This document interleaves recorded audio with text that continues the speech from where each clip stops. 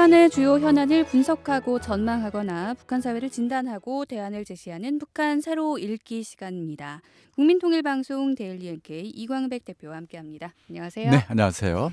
네, 미국 대통령 선거가 드디어 끝났습니다. 네. 일단 민주당의 조 바이든 후보가 사실상 당선이 됐다고 네, 봐야겠죠? 사실 개표가 뭐 완전히 끝난 건 아닌데 네. 대통령 당선에 필요한 선거인단 수 예. 270명을 지금 바이든 후보가 넘었습니다. 현재 네. 279명을 확보하면서 사실상 대통령이 당선이 됐고요. 언론들도 일제히 조 바이든 후보의 당선 소식을 전했습니다. 그리고 또 조 바이든 그 당선인도 9일자 현지 시간인데요. 신종 코로나 바이러스 감염증 통제를 최우선 해결 과제로 제시를 하면서 네. 당선인으로서의 활동을 본격적으로 시작을 했습니다. 예. 그러면서 미국이 암흑의 겨울에 직면하고 있다 이러면서 이제 마스크 착용을 호소하기도 하고 예. 또 분열과 갈등에서 벗어나자 이러면서 미국인들의 단합을 호소하기도 했습니다. 네, 미국 대통령 선거 결과에 대해서 일단 북한 당국이 혹시 어떤 반응을 보이고 있나요? 네. 바이든 민주당 미국 대통령 후보가 대선 승리를 선언했는데 예. 노동신문을 비롯한 북한 매체들은 일단 보도를 하지 않은 채 침묵하고 있어요. 네. 논평 없이 미국 대통령 선거 결과에 대해서 대략 짤막한 보도라도 할 법한데 아예 언급이 없는 거죠. 대신 내년 1월 8차 당대회 개최를 위해서 북한 전역에서 지금 80일 전투가 진행되고 있어요. 예. 그래서 이 상황에 대해서는 굉장히 자세하게 지금 보도를 하고 있습니다. 그러니까 일단 미국 선거 대신 내부 결속에 주력하는 모습을 언론은 보여주고 있습니다. 예. 그렇다면 뭐 일단 내부 결속에 집중하는 모습인 것 같긴 한데 현재까지 침묵하고 있는 이유가 또 있을까요? 글쎄요, 뭐 사실 북한 당국은 그동안 미국 선거 결과를 보도하더라도 네. 며칠 후에 보도하는 경우가 많이 있었습니다. 그래서 이후에 뭐 이 관련된 짤막한 뉴스라도 나올 가능성은 있다고는 보는데 모르겠습니다. 현재까지는 없는데 어떤 전문가들은 이게 북한 주민들의 동요를 줄이기 위한 의도 아니냐 이렇게 말하는 사람도 있는데 네. 글쎄요. 누가 당선이 되고 안 되고가 북한 사회의 큰 동요 여부를 이것이 결정하는 것 같지는 않고요. 다만 지난 4년 동안 도널드 트럼프 행정부를 상대해 왔잖아요. 예. 북미 협상을 해왔는데 이제 새로운 정부가 출연하게 됐기 때문에 내부적으로 이에 대한 대응 전략이라든가 방안을 마련하고 있는 상황으로 일단은 비칩니다. 네. 그리고 김정은 위원장 같은 경우는 그동안 트럼프 대통령과의 개인적 친분을 막 과시를 하면서 정상회담에서 뭐 담판을 하는 방식으로 외교 전략을 구사해 왔는데 네. 바이든 후보가 됐다면 아마 그와 같은 전략의 변화가 지금 필요한 시기로 보여요. 네. 이것을 준비하는 시간이 조금 필요할 듯합니다. 네. 자, 일단 뭐 아까 이 대통령 선거 당일 뭐 결과가 나온 직후에 대선 네. 결과를 보도하진 않았다라고 말씀 주셨는데 네네. 미국 대통령 선거 끝나면 북한 당국은 보통 어떤 식으로 반응을 해왔나요? 글쎄요, 이제 역대 미국의 대선 결과가 나오면 네. 북한 당국은 보통은 그냥 간략하게 사실 보도하는 아. 경우가 이제 가장 많았고요. 예. 아니면 좀 문제 있는 사람이 마음에 안 드는 대통령이 있었을 경우에는 강경한 메시지를 날리는 식으로 네. 그때그때 좀 다르게 반응을 해왔습니다. 일례로 트럼프 대통령이 2016년 네. 대통령이 올랐을 때는 당선자 이름조차 보도를 하지 않았어요. 그랬었군요. 대선 결과가 네. 나온 그 이튿날 노동신문이 그 관련 내용을 보도했는데 이런 식이었어요.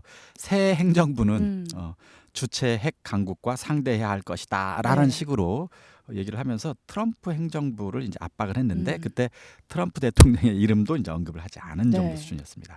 물론 이제 당시는 북미 정상회담이 열리기 전이었고 북한이 5차 핵실험을 마친 후에 대륙간 탄도미사일 개발에 열을 올리는 등 미국과 정치 군사적으로 굉장히 심각하게 대립했던 상황이긴 했었어요. 네. 그리고 이제 민주당 소속이었던 버락 오바마 대통령이 당선된 2008년은 그럼 어떻게 했느냐? 당선 결정 이틀 만에 비교적 빨리 내용을 보도하긴 했었습니다. 예. 조선중앙방송이 그는 이제 오바마 대통령이겠죠. 선거에서 공화당 후보인 상대 의원 맥케인을 많은 표 차이로 물리쳤다 이렇게 설명을 하면서 다소 긍정적으로 오바마 대통령의 승리를 내심 바란 게 네. 아니냐 이런 사실이 드러나는 식으로 보도를 좀 했었고요. 대신 오바마 대통령이 재선이 됐던 2012년에는 결과 발표 사흘 만에 노동신문 등 관영 매체가 논평 없이 짤막하게 재선 사실만 보도를 하기도 네, 좀 했었습니다. 대조적인 모습을 보였네요. 그렇죠. 네. 그리고 2009년 같은 경우 북한이 2차 핵실험 이후에 네. 그 오바마 행정부가 북한을 경제적으로 이제 막 압박하면서 북핵 문제에 대해서 의도적으로 무시하는 이른바 네. 전략적 인내 정책을 펼쳤었어요. 그래서 그때 이제 그 재선될 때는 네. 처음에는 좀 기대를 좀 했다가 재선 때는 저 음. 정부는 우리에 대해서 네. 별로 해주는 게 없고 우리도 기대할 게 없다. 이런 상황이어서 아마 짤막하게 사실 보도만 한 것 같습니다. 네, 자 그렇다면 이제 좀 새롭게 들어설 바이든 정부의 대북 정책을 짚어봐야 할 텐데요. 네네. 바이든 정부의 대북 정책 어떨 걸로 보십니까? 일단 트럼프 대통령 같은 경우는 비핵화 협상을 했고요. 네. 그것도 정상회담에서 담판하는 것에 초점을 맞추었던 방식으로 했어요. 근데 이제 그것과 달리 바이든 당선인은 실무 협상 위주로 북핵 문제를 풀어나가는 방식으로 아마 대북 관계를 펼쳐나가지 않을까 이렇게 하는 전문가들이 가장 많습니다. 바이든 후보는 또 지난달 대선 그 토론회에서 네. 김 위원장에 대해서 무슨 표현을 썼냐면 폭력배다 이런 표현을 어. 쓰기도 했었어요. 그러면서 트럼프 정부의 대북 정책이 북한의 미사일 능력을 향상시켰다고 비판을 해온 그런 경험이 있습니다. 네, 상당히 과격한 표현을 나름 그렇죠. 썼네요. 비교적 그래서 네. 김정은 정부에 대해서는 트럼프 대통령에 비해서는 좀 더 비판적이지 네. 않느냐 이제 이런 관측이 많은 건데요.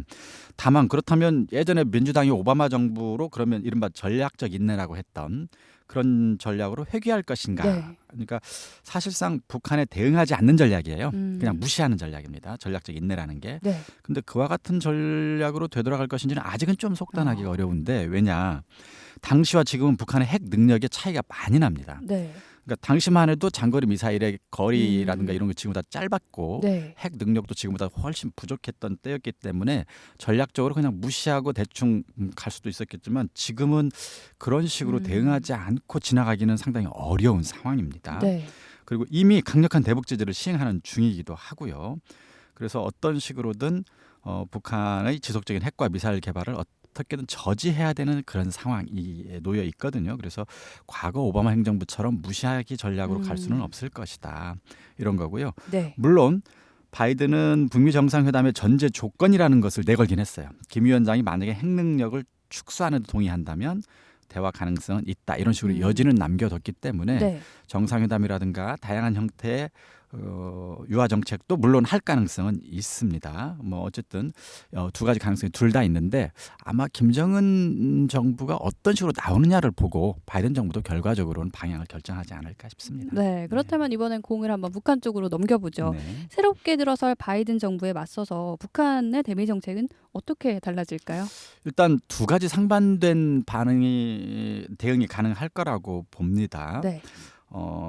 일각에서는 북한이 미국 대선 전후에 핵실험, 미사일 발사 등을 되풀이해온 경험이 쭉 있지 않느냐. 예. 이번에도 유사한 상황이 일어날 수 있다. 이렇게 예측하는 쪽도 있습니다. 그러니까 북한이 자신들의 존재감을 이제 부각하고 또 협상력을 제고하기 위해서라도 네. 도발을 하는 상황이 이어질 수 있다는 관측이죠. 그러면서 이제 그 근거는 그런 거예요.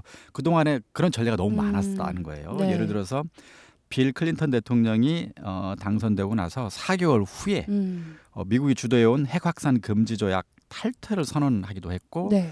바로 그 다음 달에 다음 달에 중거리 탄도미사일을 처음으로 시험 발사했거든요. 그러면서 이제 이른바 1차 핵 위기가 시작이 됐는데 역시 마찬가지로 새로운 대통령이 당선되고 나서 몇 달 후에 그와 같은 도발을 했어요. 그리고 네.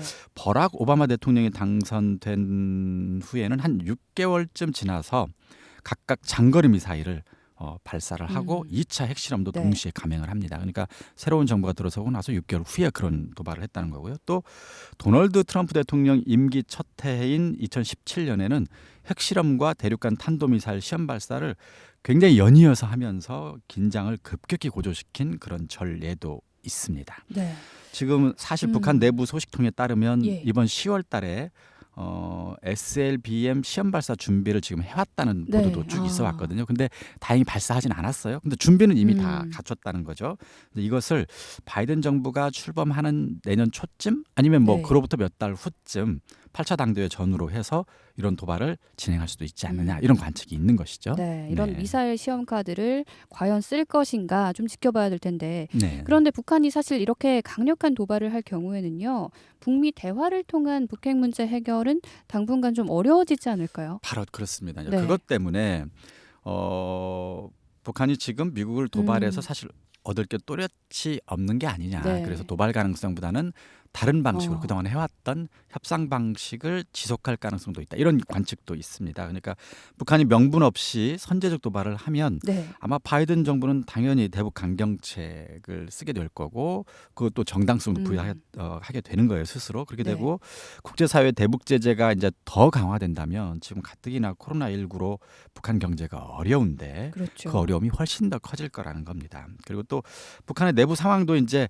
그때 막 도발을 해왔던 당시와는 지금 좀 다른 게 북한은 2017년에 이미 국가의 핵 무력 완성을 주장했어요 스스로. 네. 그러니까 우리는 핵 보유국이다. 그러니까 여기서 추가로 뭐 더 도발을 하는 것이 핵 보유국 지위를 확보하는데 뭐 추가적인 어떤 것은 또 없어요. 그러니까 이미 스스로 핵 보유국이 됐다는 점. 그리고 또 하나 네.